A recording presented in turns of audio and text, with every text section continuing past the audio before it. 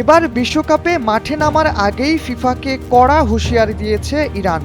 যুক্তরাষ্ট্রের মাঠে ম্যাচ চলাকালীন যদি কোনো স্লোগান কিংবা হেয় করার জন্য কোনো অস্বীকৃত পতাকা দেখানো হয় তাহলে তাৎক্ষণিক ম্যাচ বন্ধ করে দেওয়ার কথা জানিয়েছে দেশটি। ইরানের ক্রীড়ামন্ত্রী বৃহস্পতিবার এ বিষয়ে বলেছেন, কোনো ধরনের অস্বীকৃত পতাকা দেখানো হলে অথবা ইরানের বিরুদ্ধে কোনো স্লোগান দেওয়া হলে ইরানের কোচ ম্যাচ বন্ধ করে দেওয়ার অনুরোধ করবেন। ওই ম্যাচ ইরান আর খেলতে নামবেন না বলেও জানিয়ে দিয়েছেন তিনি। যুক্তরাষ্ট্র বিশ্বকাপ শুরুর আগেই অনিশ্চয়তার মুখে পড়ে ইরানের ফুটবল মিশন। অবস্থা এতটাই খারাপ হয় যে বিশ্বকাপ খেলার জন্য ইরানের জাতীয় দলকে রাখা হয় মেক্সিকোতে, অথচ তাদের ম্যাচগুলো অনুষ্ঠিত হবে যুক্তরাষ্ট্রে।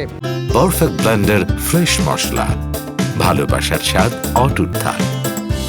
শোনা যাচ্ছে ম্যাচ খেলা শেষ হলে ফের তাদের পাঠিয়ে দেওয়া হবে মেক্সিকোতে। অবস্থা আরও জটিল হয় যখন ইরানের প্রাক বিপ্লবী পতাকা বহনের ওপর নিষেধাজ্ঞা জারি করে ফিফা। এই ঘটনা মত প্রকাশের পরিপন্থী বলে অবহিত করেছেন অনেকে।